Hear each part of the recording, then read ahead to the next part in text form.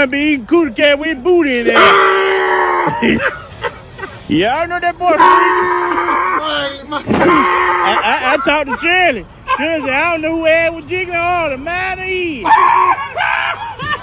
Fred, your ass laughing like you got a fire truck stuck in your throat. Shirley said he was eating cootie cat for 3 hours. He pulled his dick out. She said eat for 3 more. Boys, I got a question. Why does a girl having a low body count is like a requirement for y'all? Alright, I'm about to just explain this to anybody. The reason I say that is because if your body count is higher than mine, then motherfucker, you for the streets. Don't come to me. Don't hit me up. Don't do shit. You for the street. Excuse me. Excuse me. Excuse me. Can I please have a crumb of dick, please? I won't tell nobody. Oh, gosh. Hey, he said, yo, hold up. Hold on, another one coming. Hey, hold up. He busting down. Hey. Mario, how old you is? I'm 37. 37. Okay. Messing with a cougar, all right. How long you lasting? Take a picture of us together and post it on your IG. Text the last bitch you was dealing with and said, I found my master game. Yeah, we'll make you come down to the south. Just like that. Yeah. What do you want to do for this last round? Show me your dick. Okay. Alright. I'm gonna show you with talent, alright?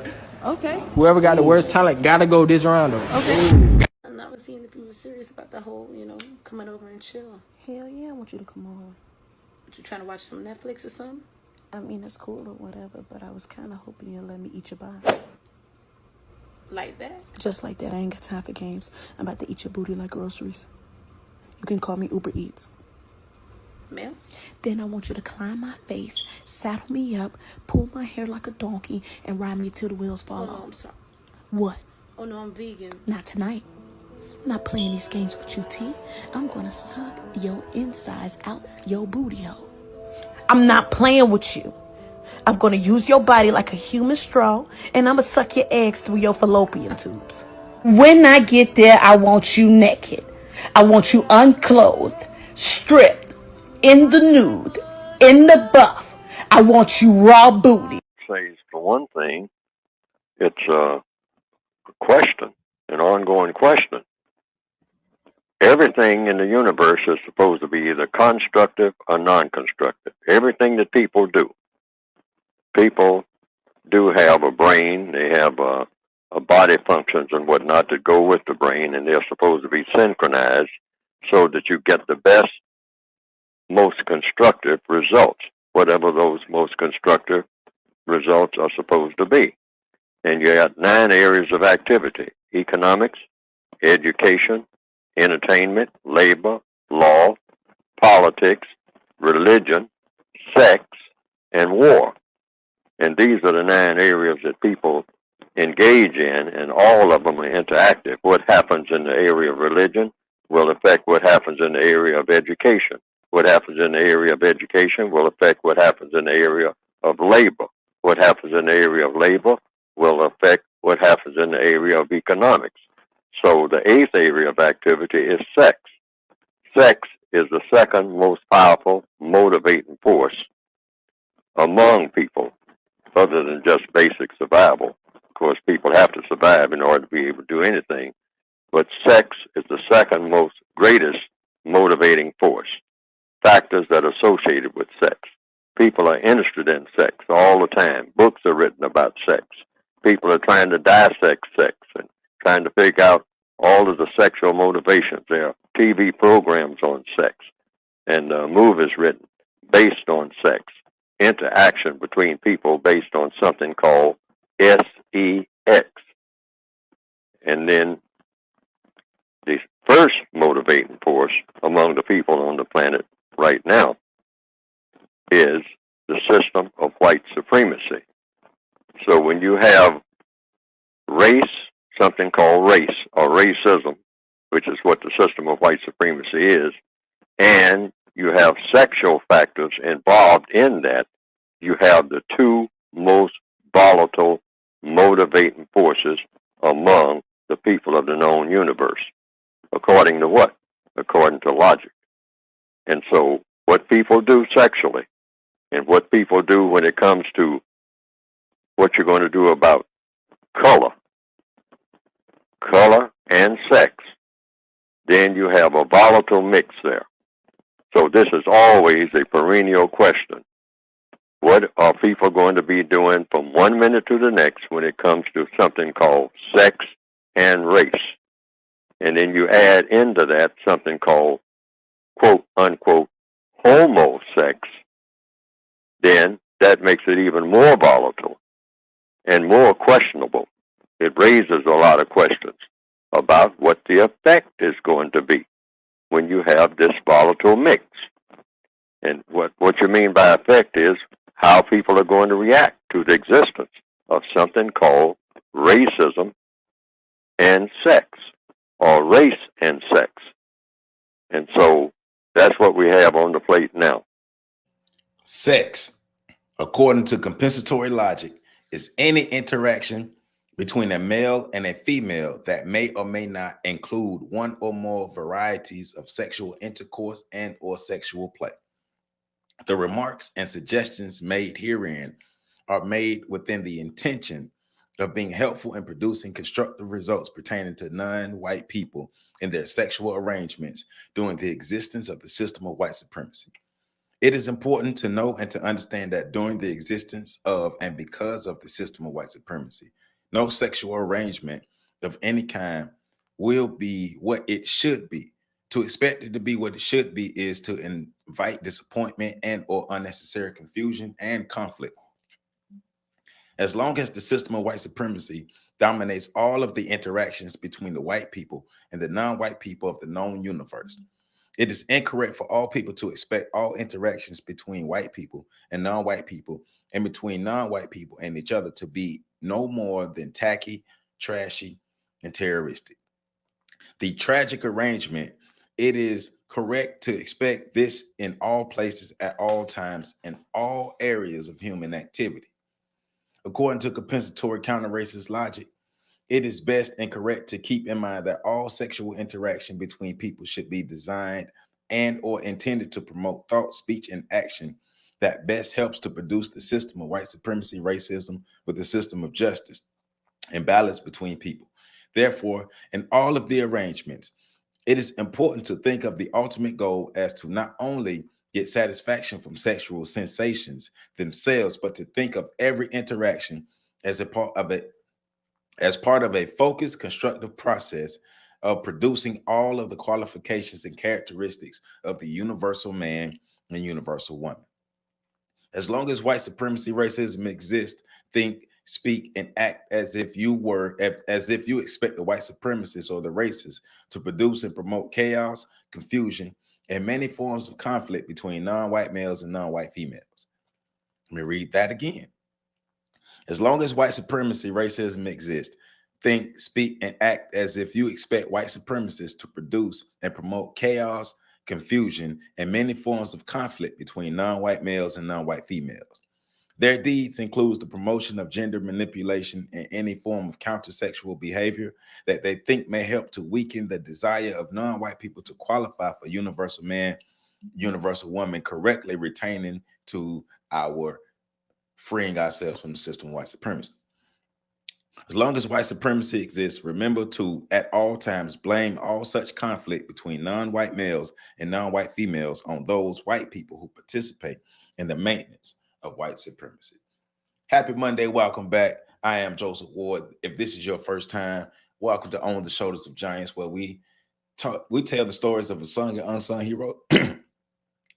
We tell the stories of the sung and unsung heroes of the African diaspora, but we also break down Black history, Black psychology, and just Black life all over, and how it affects us as far as to help us in the system of white supremacy. And continuing my reading of the United Independent Compensatory Code concept, a compensatory counter-racist code, a textbook workbook for thought, speech, and or action for victims of racism, white supremacy. And we are picking up on area 8, which is the area of sex. And as you heard in the clip, Neely Fuller believes that the area of sex is the second most powerful force that affects us behind the system of white supremacy and, of course, survival. So, and that goes into the system of white supremacy. So talking about our sexual interactions, or our just interactions, period, being trashy, tacky, and terroristic, the tragic arrangement that Black Americans or non-white people have with white people here in America. And that tragic arrangement leads to destructive behavior, destructive activities, confusing behaviors, things that only leads to us digressing. Being degraded. That's what I mean. Things that only lead to us being degraded, things to us not progressing, things to us getting worse, things that lead to us not ending the system of white supremacy, ultimately helping to promote the system of white supremacy. So that's what we're covering. That's the section that we're on now in this video, particularly introducing the area of sex and the compensatory logic that goes behind the area of sex, and how we can better learn how to interact with each other on the sexual level to help produce justice and still end the system of white supremacy. And shout out to King Marcy. You see, I got your shirt on. I got the shirt, King Marcy. Information for King Marcy and the shirts and everything will be in the description. But I want to give a shout out. He's a great supporter. We talk time to time, and I want to show some love to everything that he got going on. So I want to make sure I wear a shirt. So shout out to King Marcy. Once again, the description to a shirt like this. And hold on, let me show you the back. There's a back to it. I don't know if you can see it real good, but there's a back. And they got the stuff on the back. So shout out to King Marcy. All right, let's get back into it. So here's a question. If a non-white lady desires to have sexual intercourse, with whom should she choose to do so? Read that again. If a non-white lady desires to have sexual intercourse, with whom should she choose to do so?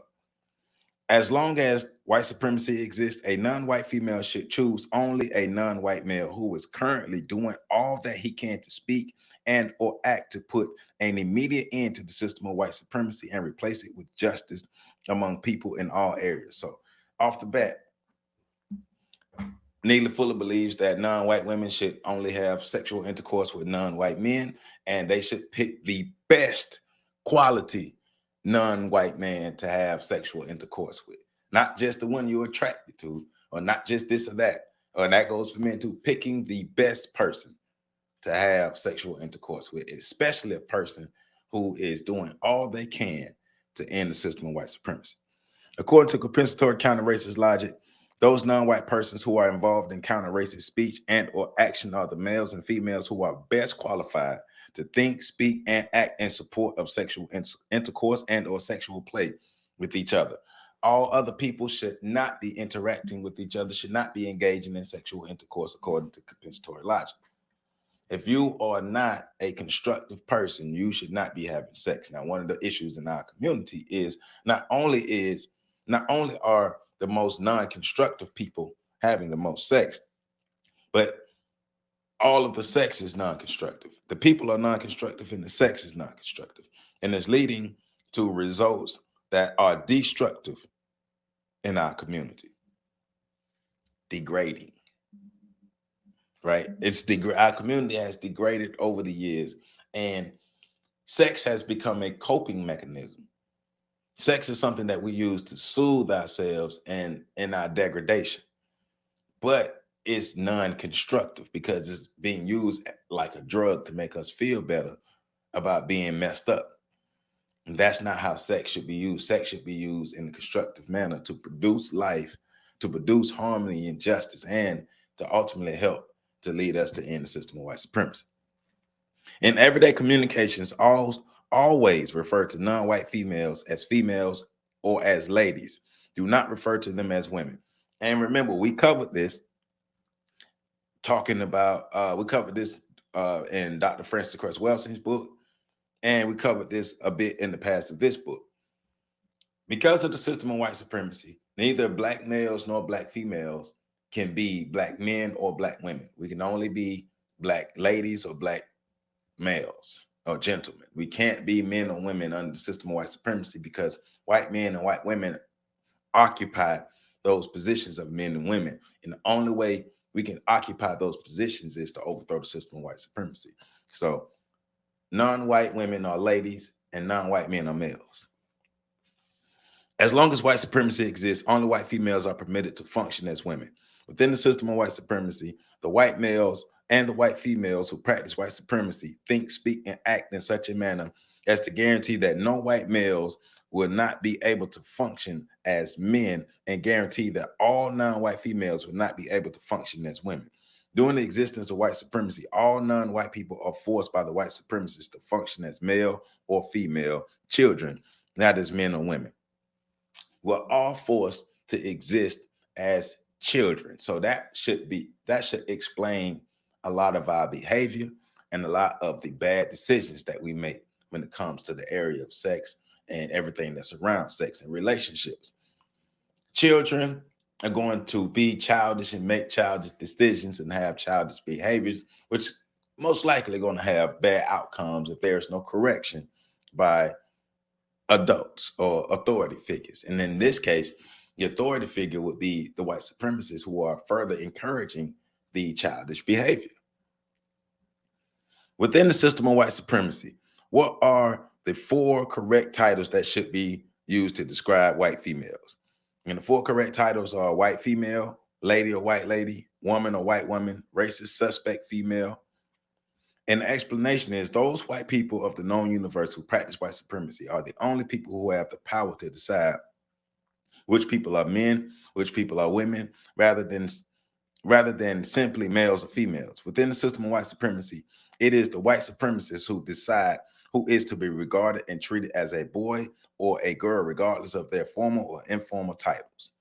Once again, if you don't have the power to be in the position of man and woman, you can feel like a man, you can pretend to be a man, you can pretend to be a woman under system of white supremacy, and according to compensatory logic, you can feel like a man, you can feel like a woman, you can pretend to be a man, you can pretend to be a woman, but ultimately, men and women, because what they're getting at, what Dr. Welsing and Neely Fuller is getting at, men and women control their own destinies. Men and women are not dependent on other groups of people for survival. So at the end of the day, you cannot be a man or a woman if you are totally 100% dependent on white supremacy for your survival. What are the best and correct things to say when talking about your sexual activities? Here's the answer. Say one or more of the following. All of my sexual activities have been the result of the system of white supremacy. None of my sexual activities have resulted in the replacement of the system of white supremacy with the system of justice. My sexual morality is and always has been equal to and or better than the sexual morality of all white people who have participated in the system of white supremacy. And that is because we've taken on the characteristics and the traits of the white supremacists. If you notice, there was a time when there was a things called or looked at as white behavior and black behavior. Now we can't tell the difference. The more that black people have assimilated into white culture, the more that we adopted their behavioral patterns. And now things that were taboo to us 20 years ago, 30 years ago, 50 years ago, are now becoming normalized within our behavior because, hey, if the white people do it, why can't we do it? I mean, we want to be like them, right? Well, those who uphold the system of white supremacy want to be like the white people. But all in all of us have assimilated in some way or another to some degree into the system of white supremacy, and all of us mimic white behaviors to our own destruction, especially in the area of sex.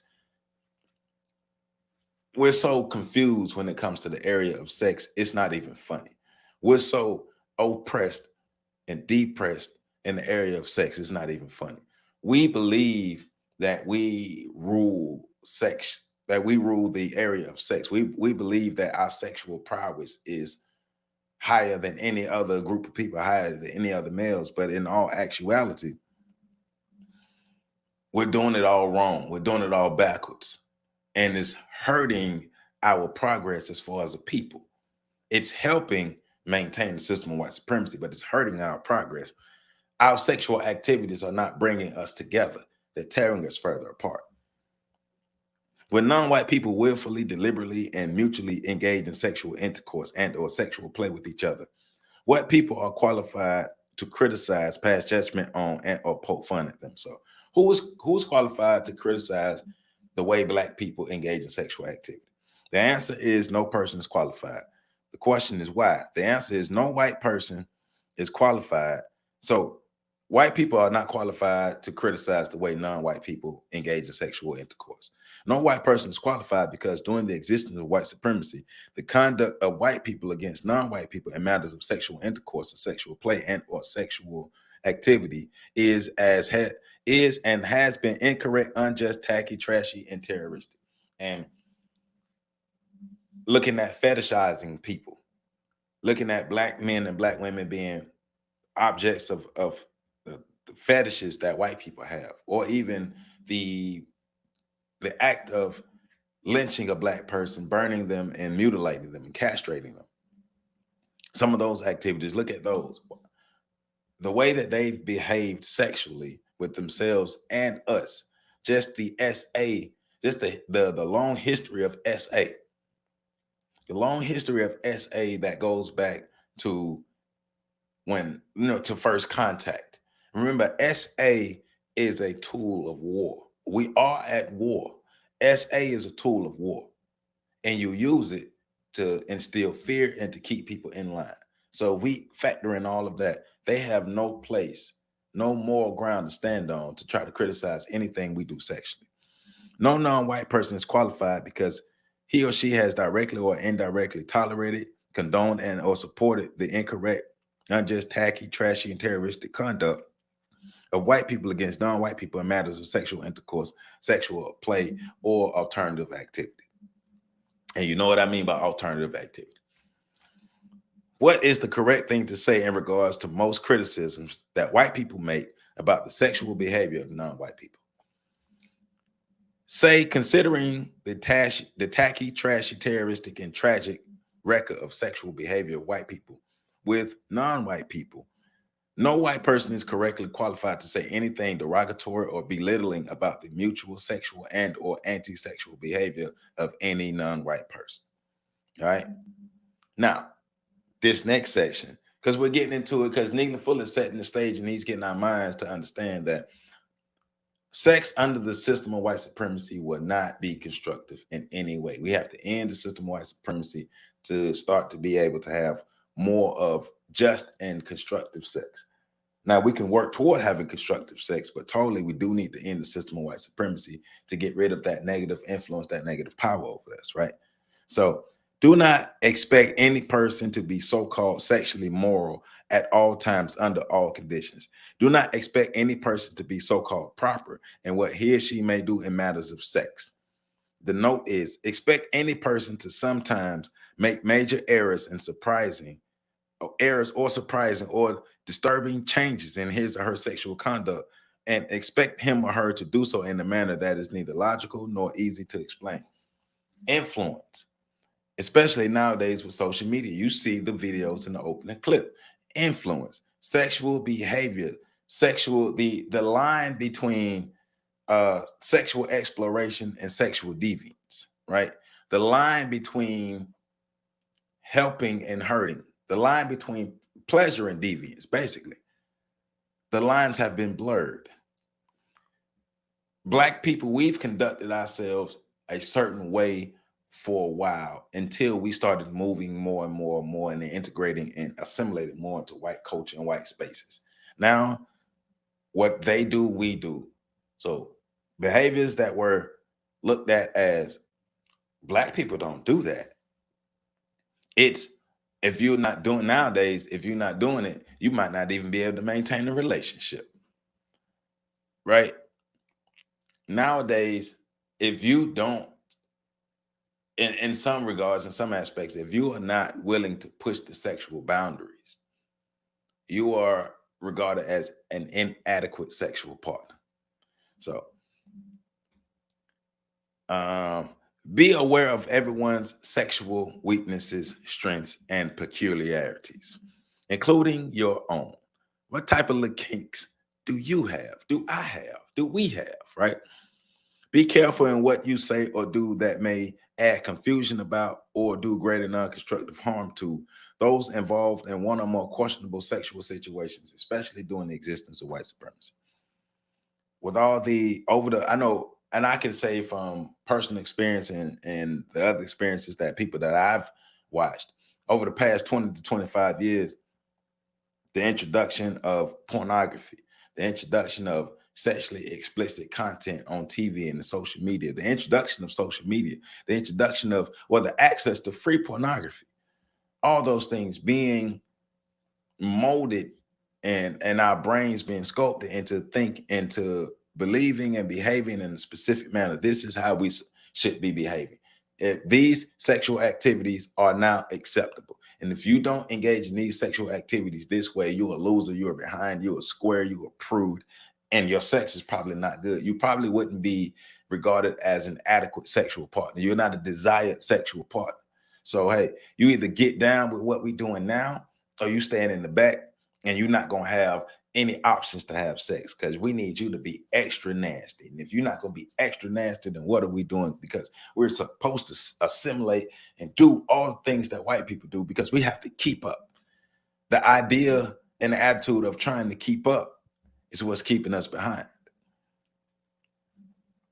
Sex and thoughts, speech, and action associated with sexual intercourse and or sexual play is an extremely powerful motivating force that has a great effect on everything that people do or not do in every area of activity.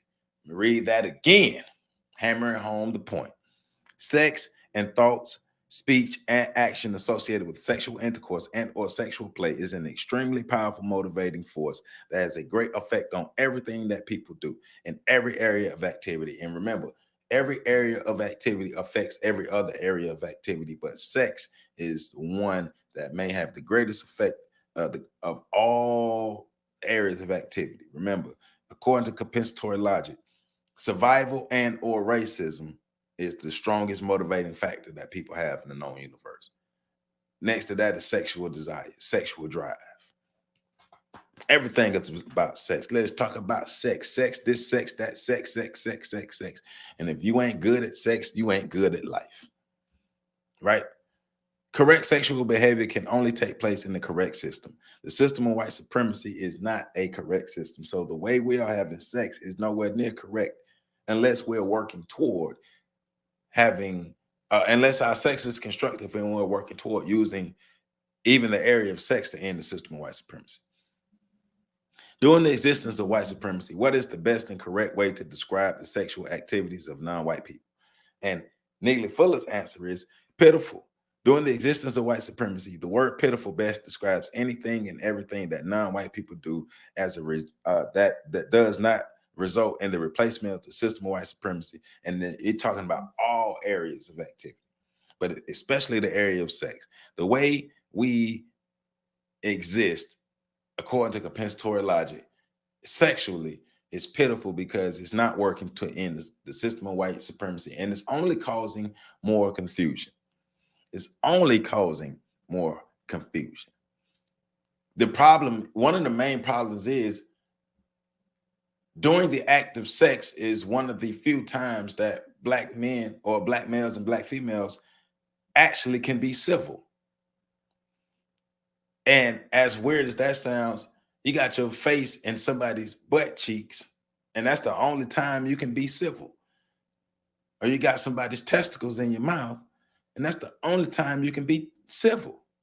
That's crazy. The only time we can be civil is when we're pushing the lines of sexual deviance. And of course that's not everybody, but it's too many people. It's too many people that outside of sex, we wouldn't even be interacting with each other. But Neely Fuller is saying if we can only interact sexually and we can only interact in dehumanizing and destructive ways, we shouldn't be interacting with each other at all. Does every person on the known universe have a serious sex problem? The answer is yes. Every person in the known universe is at all times either engaging in sexual intercourse or sexual play, or he or she is directly or indirectly reacting to those who are engaged. Either way, all such actions and reactions produce problems. The explanation is everything associated with sexual intercourse, sexual play, and or the reactions to sexual intercourse and or sexual play, and everything associated with homosex or lesbian sex produces serious problems in one form or another. All of these systems of white supremacy, all of these problems collectively help to make the problem of replacing the system of white supremacy with the system of justice extremely difficult.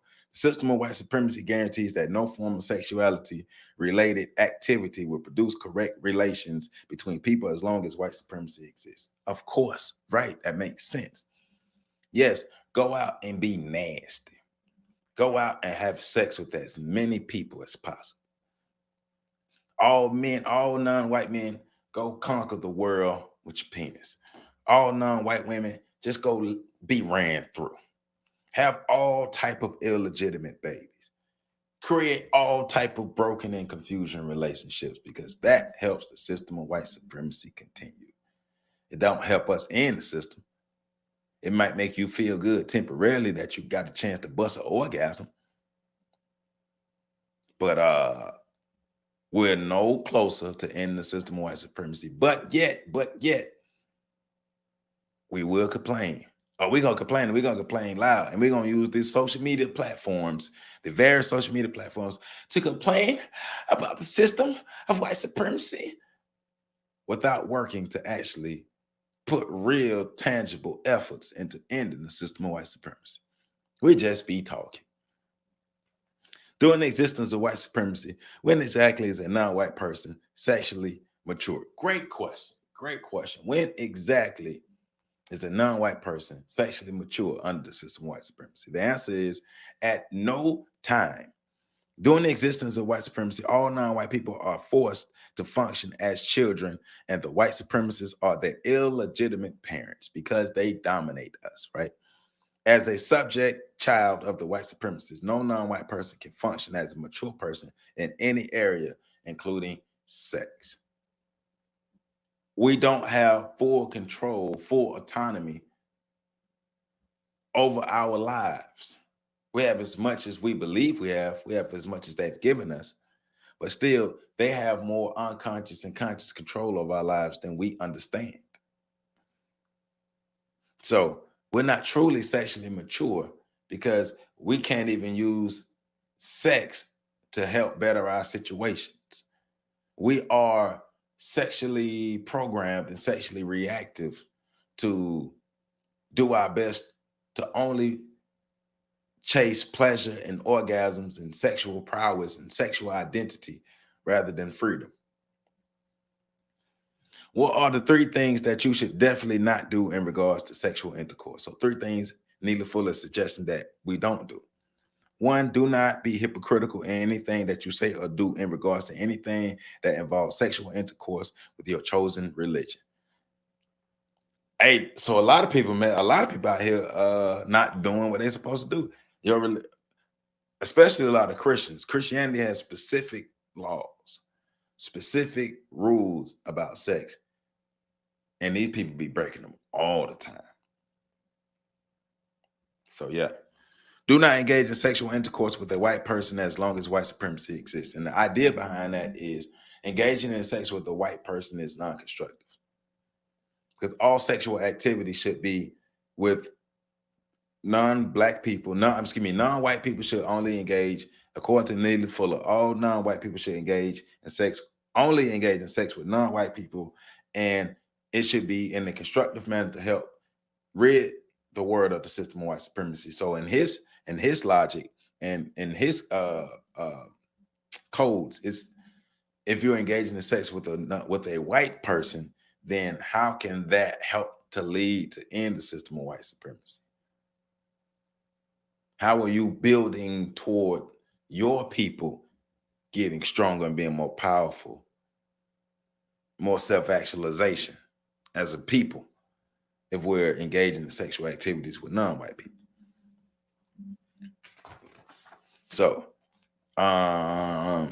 When is it best and correct for a white person to engage in sexual intercourse and or sexual play with anyone, white or non-white? His answer is, after white supremacy no longer exists. Until then, it is best and correct for sincere white people to practice so-called religious and sexual abstinence in order to best help produce energy and focus on ridding white supremacy. So Neely Fuller believes that white people shouldn't be engaged in sexual activity at all. They should only be focused on ending the system of white supremacy. His explanation is, during the existence of white supremacy, it is incorrect for a white person to engage in sexual intercourse and or sexual play with anyone for any reason. Instead, it is correct for each white person to do all that he or she can to replace the system of white supremacy with the system of justice. Now, we know white people are not going to do that. Let's just be honest and be real and be upfront. White people are not going to not engage in sex. Even the ones who claim to fight the system of white supremacy, they're not going to not engage in sex. They will still engage in sex. They will still do that. Let's just be real. So, you know, that I hear what I hear what he's saying. I'm not disagreeing with his overall idea and his overall statement. I just don't believe white people would do it. Only talk about your sexual experiences for the following purposes: for medical or health reasons, for constructive energy protection for yourself and or another non-white person, to reveal any sexual experiences that involve a white person, constructive remarks in opposition to anti-sexual activities, and alternative sexual activities is what he's getting at. Also, to promote honesty between yourself and a non-white person with whom you have mutually agreed to have sexual intercourse. So we should limit the time that we spend with, we should limit the non-constructive time that we spend with each other. And in this time that we are spending with each other, make sure all conversations and activities are leading toward the ending of white supremacy, the production of justice, but also a constructive relationship between the two non-white people who are engaging in these activities. So this is for males particularly. Do not at any time do or say anything to a non-white female with the intention of belittling or insulting her. So we should not be belittling or insulting non-white women, but we can constructively correct non-white women. But belittling or insulting, Neely Fuller is saying, throw that out the window. The very worst non-white female has done more for non-white manhood than the very best non-white male has done for non-white manhood. Let me read that again. The very worst non-white female has done more for non-white manhood than the very best non-white male has done for non-white womanhood. I disagree with that, especially in these times. I disagree with that. And I disagree with that because going back to what we read earlier in the book, if all of your activity is non-constructive, then it is upholding and supporting the system of white supremacy. So I think they both would possibly be equally destructive. Read it one more time. The very worst non-white female has done more for non-white manhood than the very best non-white male has done for non-white womanhood. I don't think I agree with that in these times. This book was initially written in 1957, and things have drastically changed. So that particular point, I don't agree with, looking at the conditions and the outcomes. Non-white males have always had and or associated both white men and white women, particularly white supremacists, in misusing, abusing, and thrashing non-white females. At the same time, non-white males have always expected non-white females to help and give comfort to them. It is correct for non-white males to stop doing anything that is belittling or insulting and to stop doing so immediately and forever. I agree with that. I agree that we should not belittle or insult our women. I agree. But I also agree that our women can't belittle or insult us as well. I do think that In order for Black America to truly rise, both males and females have to be responsible for their actions and have to put their best foot forward. And we both have to be treating each other with the utmost respect and be as constructive as possible. It's a two-way street. And if only one side is doing it, yeah, I don't think that's going to happen.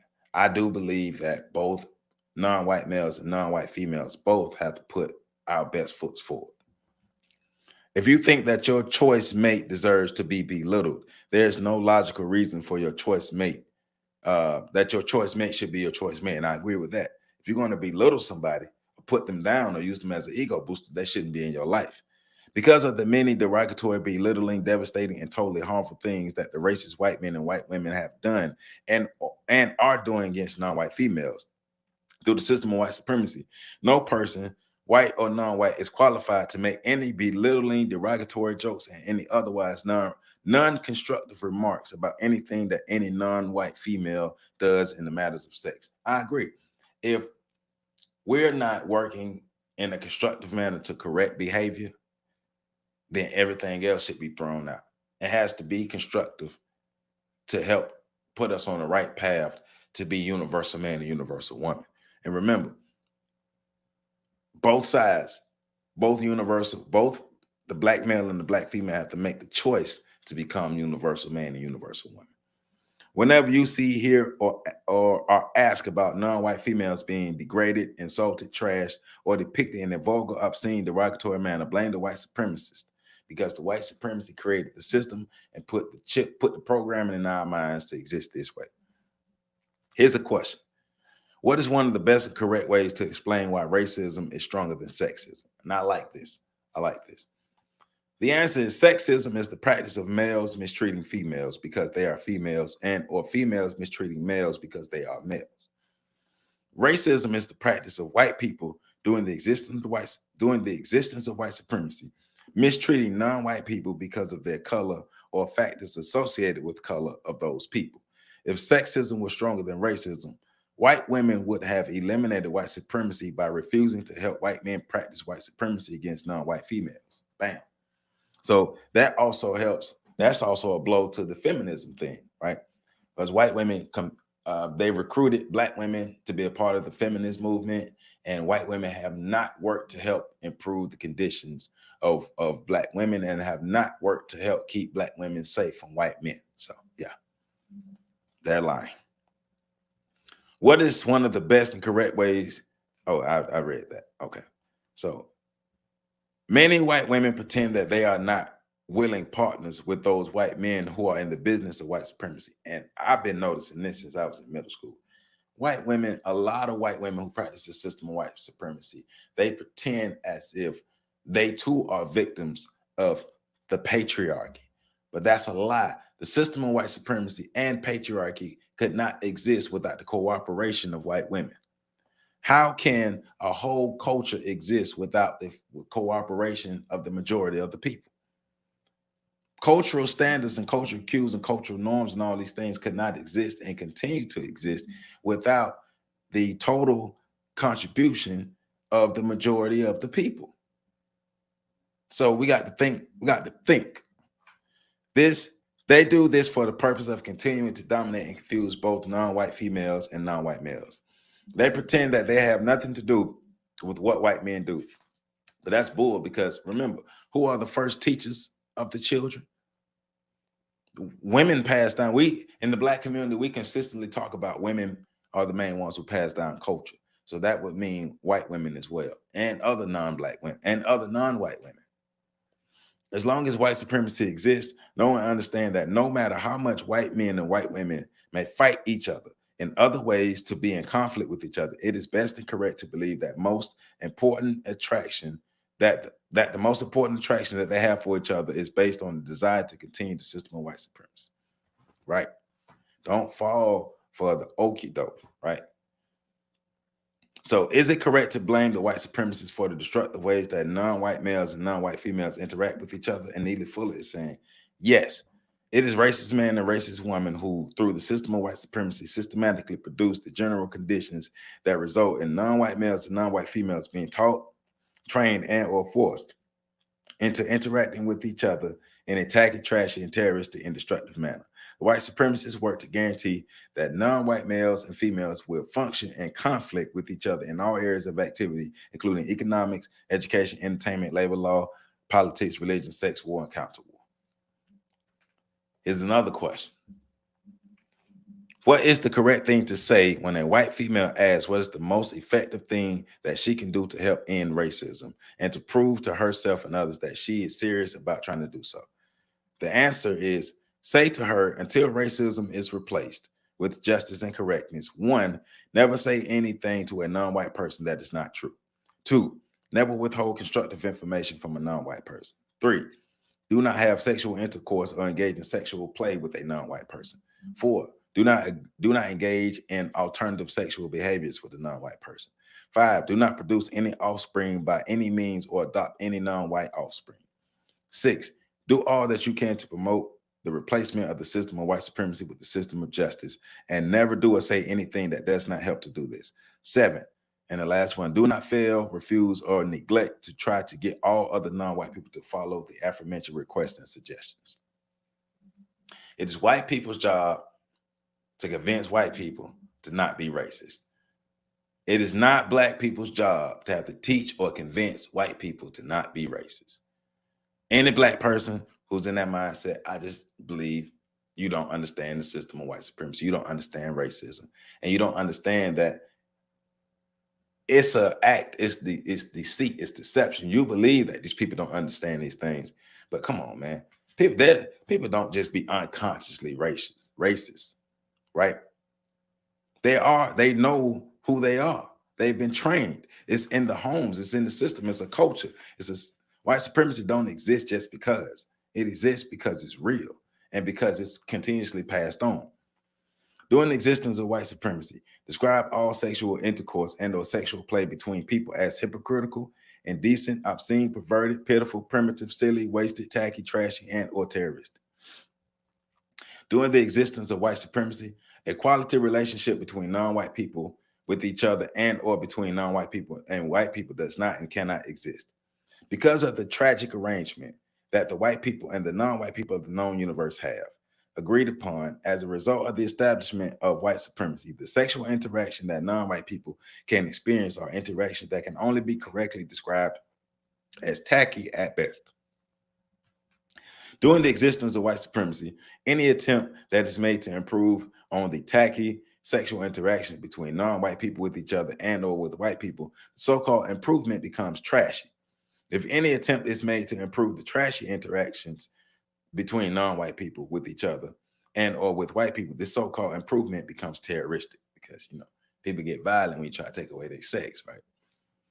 Do not talk about sex when you have reason to believe that the talk will not help to end white supremacy or help to produce justice between people. When you have this belief, say the following. Somebody's asking you questions about sex and sexuality, and you believe that the information will more so hurt you than help you. He's saying, do this. As long as white supremacy exists, it's incorrect for any non-white person to be expected to tell or be forced to tell anyone what he or she may or may not have done in regards to mutual sexual intercourse between non-white persons. Or, according to compensatory counter-racist logic, it is my duty not to talk about sex, sexual intercourse, sexual play, and or anti-sex without reason to believe that the talk will help to replace the system of white supremacy. Once again. So, let me get to this. So this is for, so this one I want.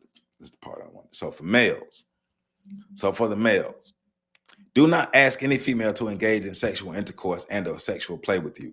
Always wait until she asks you to engage in sexual intercourse and or sexual play with her. Explanation, as long as white supremacy exists, no person is correctly qualified to ask for or engage in any act of sexual intercourse or sexual play with any non-white female. According to compensatory counter-racist logic, it is best and correct for all non-white females to have complete control over their sexual activities. Since racist man, racist woman are involved in causing non-white females to be subject to the system of white supremacy, and since non-white males are guilty of allowing both themselves and white female and non-white females to be subject to racism, to racist men and racist women, no people in the known universe are correctly qualified to receive sexual favors from any non-white female.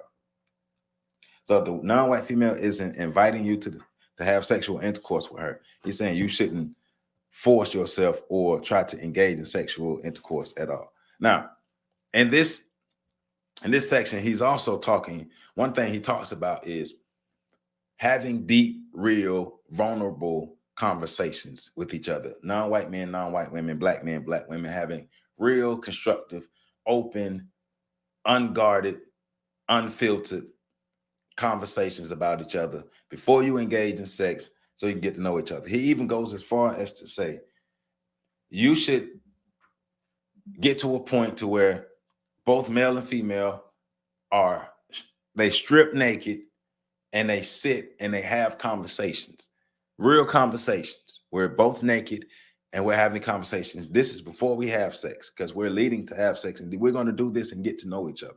And we're not going to think about sex. We're not going to comment on each other's bodies, and we're not going to touch each other. We're going to have real, constructive, vulnerable conversations about each other and ask a series of questions.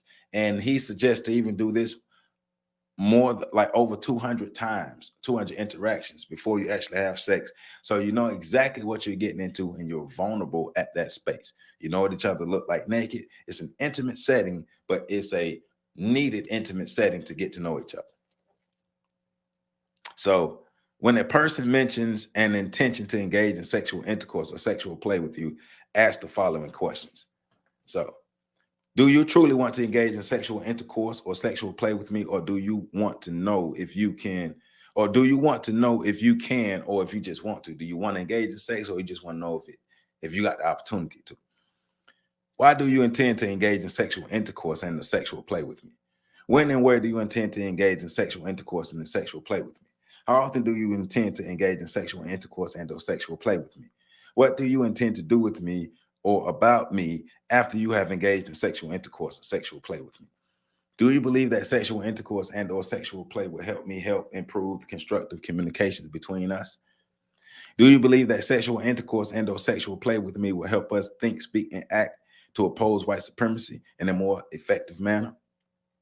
Do you believe that sexual intercourse and or sexual play with me will help us think, speak, and act in support of the production of justice in a more effective manner? If so, how? Do you believe that we can engage in sexual intercourse and or sexual play with each other without in any way doing unjust harm to each other? If so, if so, yes. If not, why not? So those are some of the questions. Now, there's a long list. So before you, and this list is about 130 questions. I'm not going to go over all 130 questions, but questions he suggests that we can ask in getting to know each other in that vulnerable, naked state. We're asking each other questions. We're having conversations to better know each other before we engage in sexual activities. So before the first act of sexual intercourse and or sexual play with any non-white person, mutually agree and or truthfully answer all of the following questions, plus whatever additional questions that may come to mind. Now, once again, I'm not going to read all 130. I'm going to read some of them. Have you ever engaged in sexual intercourse, sexual play, or any alternative sexual activities with any white person? If so, when, where, with how many people, and how many times with each person? For what reason? What were the names of each person? Were any of those people married? If so, which ones? Did any of them engage in oral or anal sexual activity with you or with any of them? If so, which ones, when, where? How many times with each? Where are these persons now? So we're getting deep. We're asking real, intimate, deep, personal questions. Have you ever been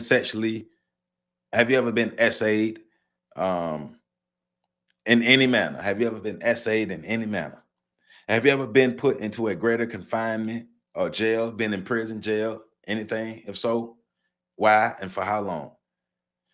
Do you have any offsprings? If so, how many males, how many females, how old is each of them? What are their names? Where are they now? Are you giving them any material support? If so, how often? What are they doing now? How many people do you have? How many different people do you have children with? Do you have any health problems? If so, what are they? What health problems have you had in the past? Have you ever had any STDs? If so, what were they? If so, when did you acquire them and how? Do you know? Do you now have any disease of any kind? If so, what type of treatment? All those questions need to be asked.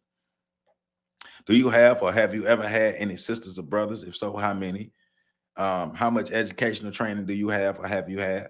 Do you now receive any money that is being paid to you on a regular basis? In what ways are you self-supporting? Do you enjoy visiting people at their place of residence and having them visit you at yours? What makes you angry? Can you name at least 20 things that make you angry? Are you religious? If you are, in what ways do you practice your religion? What does your religion require you to do and not do in regards to any other area of activity? Do you have any plans to involve me? Do you have any plans that involve me? If so, what are those? Do you regard any people as very close or very special friends? If so, how many people? If you do, if so, why do you regard them people as very close and very special? Have you ever had a near-death experience? If so, when, where, how many times? What were the causes? Who, if anybody, has most to blame? What do you like most about yourself? What do you dislike most about yourself? Do you expect me to help you buy things that you want? Do you expect me to make loans to you? For what reason do you use violence or physical force against me? If we having sex, do you expect me to pay you? What are the overall expectations with having sex? How many people do you know currently that you believe you will have sexual intercourse with if they agreed to do so? Do you prefer to save money or do you spend it? What are your favorite luxuries? Which holidays do you celebrate and how do you celebrate them? Do you have a hobby? If so, what is it and how often do you participate in it? What is it that you do not know but would like to know most or learn about me?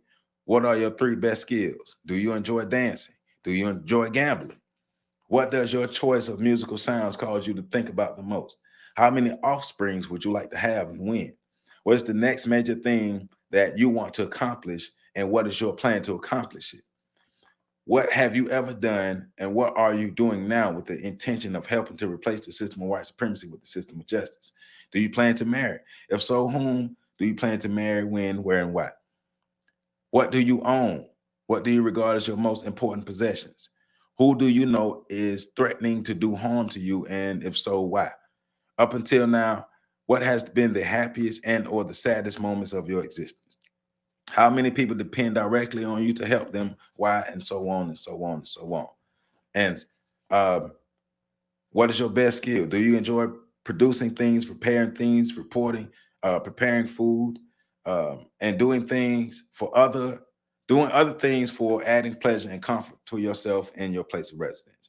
So questions like that. The last question is, what foods and drinks do you prefer and who usually prepares them, where, how often? So basically what he's getting at is you should have a wide range of questions, real questions, impactful questions, hard-hitting questions, intimate questions. I need to ask all these questions so I can truly learn who this person is that I'm going to engage in sexual intercourse with. And if both the male and the female are not doing those things, we're doing ourselves a disservice and we're not being constructive. So the basic purpose of the aforementioned, to minimize conflict, confusion, jealousy, hypocrisy, and misunderstandings in all manners that involve sexual intimacy between non-white males and non-white females during the existence of the system of white supremacy racism.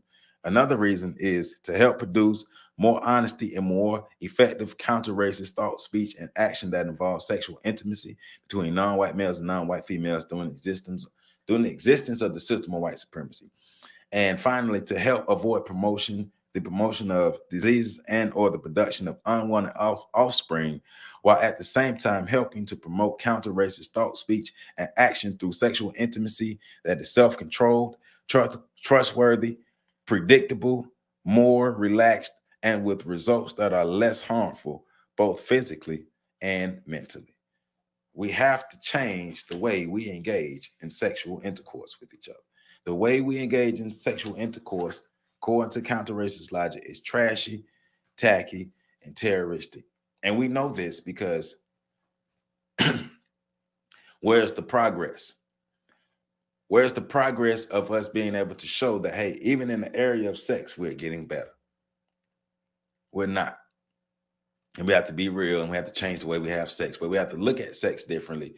And even sex has to be taught to us differently. So I always say, let's throw away the way we have sex and rebuild a new way to have sex that's codified and is constructive, and that can lead to ending the system of white supremacy.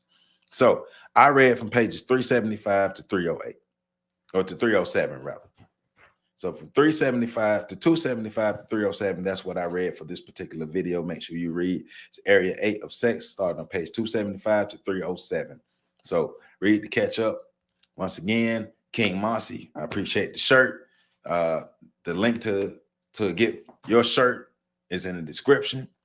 Remember, next week we're coming back, starting on page 308. We'll probably read from 308 to 330.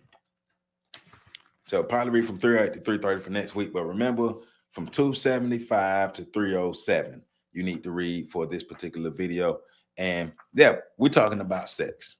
We are talking about sex, and we're going there, and we are working on being constructive and changing the way we have sex. Remember, this is a compensatory counter-racist code that is given to us by Neely Fuller Jr. to help all victims, all non-white victims of white supremacy. So let's know better, and then in turn be better, because we're doing better. All right, let's not just talk it, let's live it. It has to be a lifestyle that we're actively living. So let's get better and let's change. I'm Joseph Ward. Happy Monday. I love you all. Make sure you catch the next video.